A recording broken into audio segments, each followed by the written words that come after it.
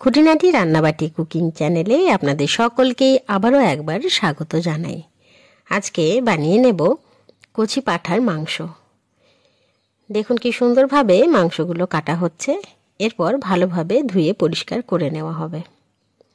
এই মাংসটা বানানো হবে একটি মাত্র জায়গাতে, তাই রান্নার আয়োজন যেমন বড়, সেরকমভাবে রান্নার সময়টাও কিন্তু একটু বেশি লাগবে।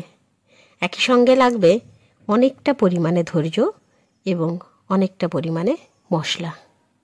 এই রান্নাটা প্রায় 50 জন লোকের জন্য করা হচ্ছে, যারা আর কি আমাদের বাড়িতে আজকে আমন্ত্রিত।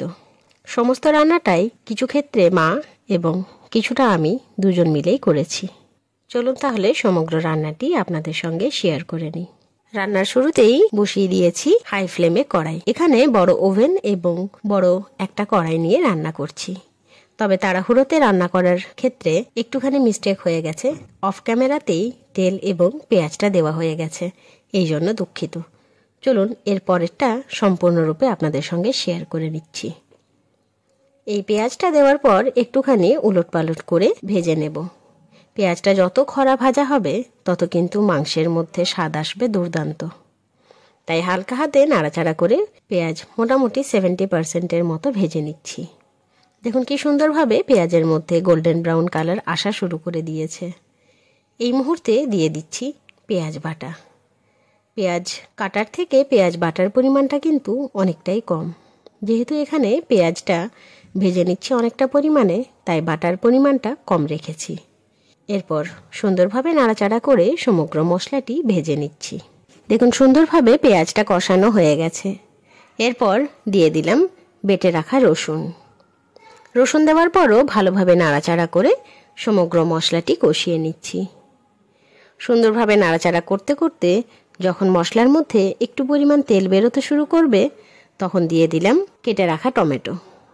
এখানে টমেটোর পরিমাণটা একটু কমই রেখেছি এবং টমেটোটা কিন্তু ঘনভাবে কাটিনি। যেহেতু অনেকটা বড় কড়াইয়ে রান্না হচ্ছে এবং অনেকটা পরিমাণ রান্না হবে, তাই টমেটোর আকৃতিটা বড়ই রাখলাম। কষতে কষতে কিন্তু টমেটোটা ভালোভাবে গলে যাবে। সুন্দরভাবে নাড়াচাড়া করতে করতেই দিয়ে দিচ্ছি পরিমাণ মতো হলুদের গুঁড়ো। হলুদের গুঁড়ো নাড়াচাড়া করতে করতেই অল্প অল্প জল অ্যাড করতে থাকবো, কারণ এখানে যেহেতু বড় ওভেনে রান্না করছি, তাই আর কি রান্নাতে আঁচটা থাকে প্রচুর, পুড়ে যাওয়ার সম্ভাবনাটাও তেমন প্রচুর। তাই মশলা যাতে কোনোভাবেই না পুড়ে যায়, তাই অল্প অল্প পরিমাণ জল অ্যাড করতে করতেই সমগ্র মশলাটি কিন্তু কষিয়ে নিচ্ছি। এরপর দিয়ে দিলাম স্বাদ মতো লবণ গুঁড়ো। একই রকমভাবে বেশ অনেকক্ষণ ধরে জল দিয়ে দিয়ে সমগ্র মশলাটাই বারংবার কষিয়ে নিচ্ছি। আসল কথা, অনেকটা পরিমাণ মাংস দিয়ে দিলে সেই রকমভাবে আর নাড়া যাবে না।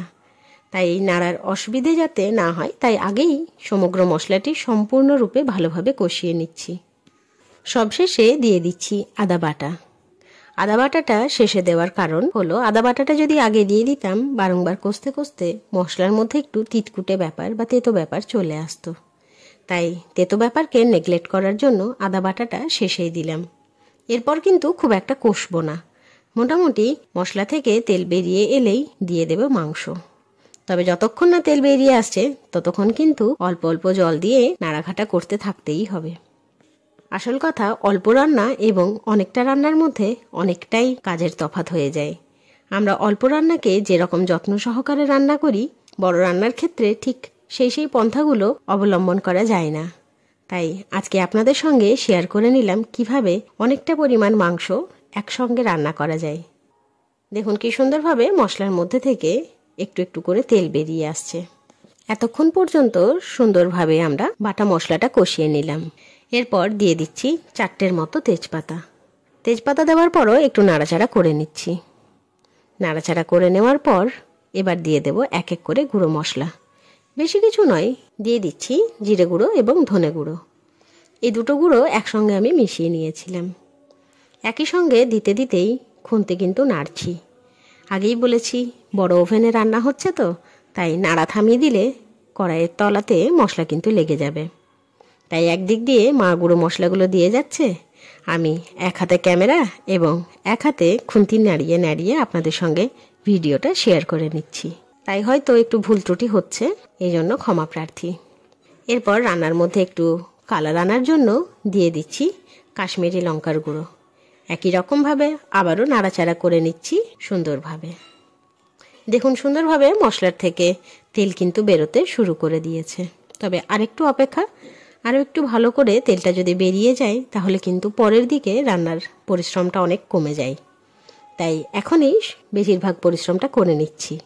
নাড়াচাড়া করে করে একটু করে 2 মিনিট অপেক্ষা করব, আবার একটু করে খুন্তি নাড়িয়ে আবার 2 মিনিট অপেক্ষা করব, যাতে মশলার মধ্যে থেকে সমস্ত তেলটা যেন বেরিয়ে যায়।